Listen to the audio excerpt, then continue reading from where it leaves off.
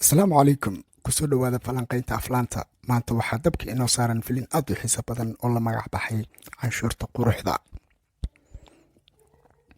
filimku wuxuu ku bilaabanayaa xafiiska qole jabaanees ah, taasi oo uu maamuluhu canaan kulul ku haya shaqaalaha maadaama ay shaqadooda gudan waayeen. Si kastaba ha ahaatee, marka ay khalad gashay gabar la yidhaahda ayika oo aad u qurux badan, wuxuu ugu jawaabay micno ma lahan, ha u bixin. wuxuuna ka raaligeliyey canaantii kululeed ee uu kala duldhacay. ayiko hablaha la shaqeeya kama helaan, sababtoo ah si walba oo ay u shaqeeyaan, haddana mas-uulka xafiiska wuxuu u mahad celiyaa ayiko. shaqada oo keliyata ma ahan, goob kasta oo ay tagaan dadku waxay ahmiyad gaar ah siiyaan ayiko oo ah runtii gabar aada u qurux badan. marka ay shaqada ka soo baxaan, shoobinlaha wuxuu siiyaa 2 shay oo bilaash ah, halka kuwa kale uu isku siiya 2 qof hal. ayika waxay u tahay maalin caadi ah, sababtoo ah qof kasta wuxuu siinayaa ahmiyad gaar ah iyo soo dhoweyn diiran. goob kale oo shir lagu hayay ayuu ra-iisul wasaaruhu shaacin in dalku galay xaalad dhaqaale burbur. si arrintaas looga gudbo, in dalka lagu soo rogay sharci cusub, kaasi oo dhigaya in gabdhaha ugu qurux badan dalka ay canshuur ka bixiyaan quruxdooda. haweeney ka mid ah ka qaybgalayaasha dibadbaxyada ayaa tiri arrinkan waa arrin cunsuriyad casri ah oo lagula beegsanaya dumarka. ra-iisul wasaarihii ayaa ugu jawaabay in dumarka quruxda badan lagu sharfo dhaqaale badan, taasina cadaalad darro ay u tahay dadka foosha xun. wuxuuna ku dhawaaqay in la dhaqangelin doono sharcigan cusub, ciddii u hoggaansami waydana ciqaab mudan doonto. waxaad moodaa in quruxdii godkeeda ay biyo ugu soo galeen. maalmo kadib, ayiko waxay kulmeen isagoo oo soo bandhigay in ay shaqo xayeysiis ah. gabadhii ay la shaqaynayeen ayaa isaga tagay, iyadana ayikana way ka daba gashay. intaa kadib waxaa kaamirada lala aadiyey joornaal ay ku qoran tahay in la dhaqangeliyey canshuurtii quruxda. markii ay saddexdii imaadeen meeshii qadada, ayiko saaxiibadeed waxay bixiyeen 1,000 yen. si kastaba ha ahaatee, ayiko waxaa lagu yidhi kaamirada hor istaag. aaladan ayaa lagu talagalay in lagu cabiro heerka quruxda qofka si loogu jaangooyo heerka canshuurta ee la rabo. aaladii waxay soo bandhigtay heerka ayiko ay kaga jirto quruxda oo ah heerka 2 oo canshuurtu tahay 20%. qarashka guud wuxuu noqday 1,200 oo lacagta yeenka ah. way aqbali wayday arrinkan isla goobtii adeega dheeraadka ah laga siin jiray, balse maanta ay kala kulantay kharash bixin dheeraad ah. in yar kadib, markii ay istiri iibso caag biyo ah, ayaa mar kale la yidhi in ay bixiso lacag dheeraad ah. sidoo kale, guud ahaan dalka, gabdhaha quruxda badan gebigood mid walba laga qaadayay canshuurta quruxda, iyadoo heerka canshuurtu ku salaysan tahay heerka quruxda qofka ilaa 30%. warbaahinta ayaa waraysi la yeelatay qaar ka mid ah bulshada si ay fikirkooda uga dhiibtaan sharciga cusub ee dalka lagu soo rogay. bulshadana waxay u muuqataa in ay u bogeen. nin ayaa sheegay in lacag badan uga baxday gabdhaha quruxda badan, sidaa darteed waa cadaalad in ay bixiyaan canshuurta in ka badan inta ay dadka kale ee caadiga ah bixiyaan. oo dhexdhexaad ah ayaa iyaduna tiri maadaama gabdhaha quruxda xoon loo fidiyo adeeg dheeri ah, way ku habboon tahay in canshuurta dheeraadka ah ay bixiyaan. ka hor inta la dhaqangelin sharciga dalka lagu soo rogay, dad ayaa aada u arkay arrinkan inuu yahay cunsuriyad haweenka lala beegsaday. balse markii amarku dhaqan galay, waxaa isbedelay afkaartii dadweynaha. markan dadkii oo dhan ayaa xiiseynaya canshuurta quruxda. maalintii xigtay, ayiko ayaa qaadatay warqaddii biilka miishaarka, balse markii ay eegtay, niyad jab ayay kala kulantay. lacagta meesha ugu qoran waa in ka yar intii ay qaadan jirtay. waxay u tagtay maamulihii wuxuuna u sheegay in canshuurta quruxda laga jarayo xitaa mushaarka, taasi oo micnaheedu yahay in ay qaadan in ka yar 20% wixii ay horey u qaadan jirtay. maamuluhu wuxuu u faahfaahiyey in uusan khalad ku lahayn isaga, balse ay arrinku dowladda tahay. ayiko iyo sidoo kale gabdhihii quruxda badnaa ee lagu soo rogay canshuurta ayaa ku mudaharaaday xafiiska dakhliga iyagoo boorar wata. ninkii ayaa u sheegay in ay meesha isaga baxaan, go-aankaasina aanan marnaba la aqbali karin. ayiko waxay u sheegtay arrinkani inuu yahay cunsuriyadii ugu xumayd. ninkii ayaa ugu jawaabay in ay dib u fikirto, sababtoo ah in badan ayay lahayd amaba in badan ayay ku nooleed nolol qabow ah. ayiko waxa ay bilowday in ay dib u xusuusato nolosheedii hore, waxayna garwaaqsatay in ay ku nooleed barwaaqo. waxay soo xusuusatay yaraanteeda. maalin ayay jebisay ashuun ubax ku jiro, halka marka ay carruurta kala jebiyaan lagu qayliyo, balse iyada waxba laguma oran jirin. intii ay ku jirtay waxbarashada kuliyadda, goor kasta oo ay bannaanka u baxaan, saaxiibadeed way ka diidi jireen in ay lacagta bixiso, iyaga ayaana ka bixin jiray quruxdeeda awgeed. xitaa goobta shaqada, maamuluhu wuu iska indhatiri jiray khaladaadkeeda. xasuus kadib, ninkii ayaa u sheegay gabdhaha qurxan sideedaba in ay weligood nimco ku noolaayeen, faa'iido bulsheed ama mid dhaqaaleba uu xaggooda ahaa, ayna ku tahay cadaalad darro dadka kale. sidaa darteed, in canshuurta quruxdu tahay mid loo baahan yahay, ayna xaqiijin sinaan loo dhan yahay.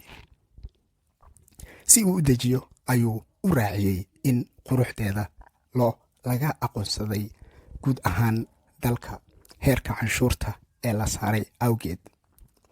in ay arrinka ka fiiriso dhinac kale, ayiko deganaan ayay dareentay. markii lala qabsaday bixinta canshuurta, dadka bixiyana loo arkay in ay dadka kale wax dheer yihiin.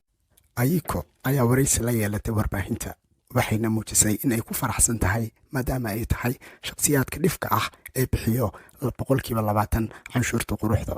gabar kale ayaa sheegtay in ay bateen ragga soo damcaya kadib markii ay ogaadeen in ay bixiyaan quruxda canshuurta. ayiko magaceeda ayaa caan noqday kadib markii la aqoonsaday in ay bixiso 20% canshuurta. waxaa isbedelay fikirkii iyo dareenkii hore. markan waxay ku faraxsan tahay maadaama ay bixiso lacag dheeraad ah.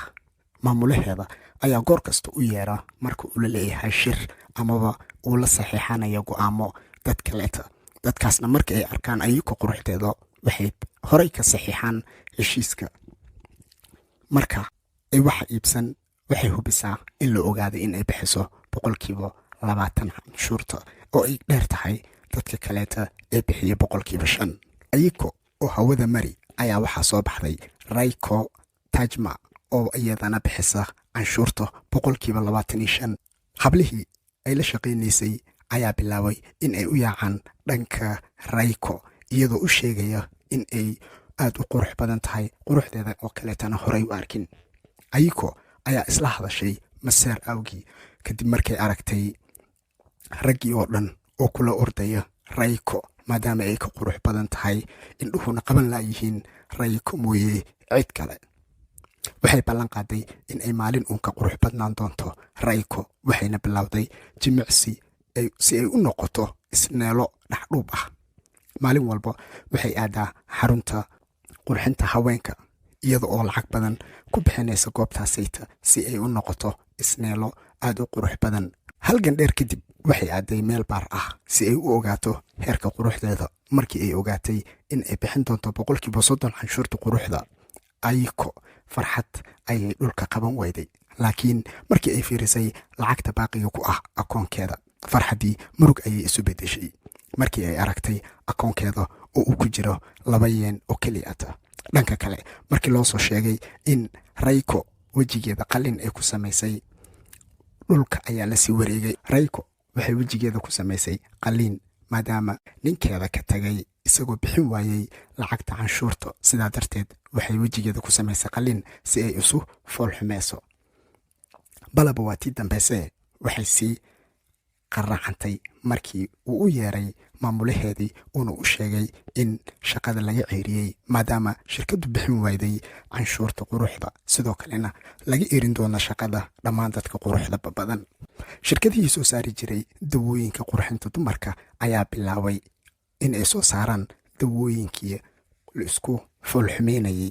gabdhihiina sidoo kale waxay bilaabeen in ay iibsadaan dawooyinkii la isku foolxumeynayey si aan looga ceerinin shaqada.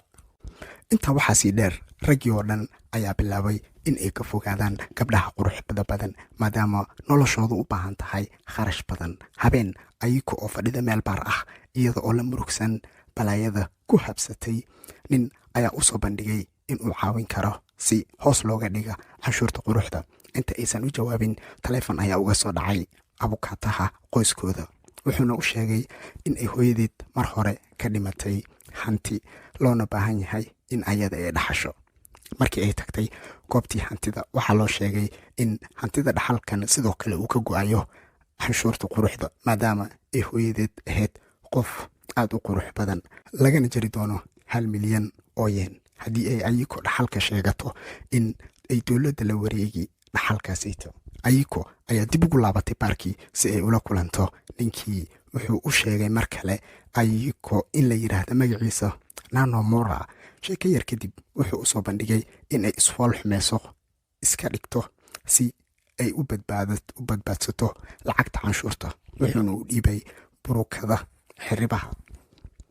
ayiko cabsi ayaa gashay iyadoo ka baqayso in ay arrinkaasayta xabsi ku muteysato, balse wuxuu u sheegay in ay caadi tahay, gabdho badanna ay hore u sameeyeen arrinkaasayta. ayiko oo isticmaashay buruko iyo buro faalsa ah ayaa u tagtay agaasinkii canshuur bixinta isagoo wejigeeda ka naxay. waxayna u sheegtay naxdinta iyo murugada geerida hooyadeed darteed in uu muuqaalkeedii sidan isu bedelay. markii ay mashiinkii hor istaagtay, wuxuu sheegay in ay foolxumo badan tahay, sidoo kale aysan bixin doonin canshuurta dhaxalka, iyada oo aaminsan in dhibkii haystay oo dhan ay xalkeeda gaadhay. ayay farxad darteed u wacday Nanomura. wuu u hambaliyeeyey, wuxuuna u sheegay in ay isdiyaariso si ay ula kulanto.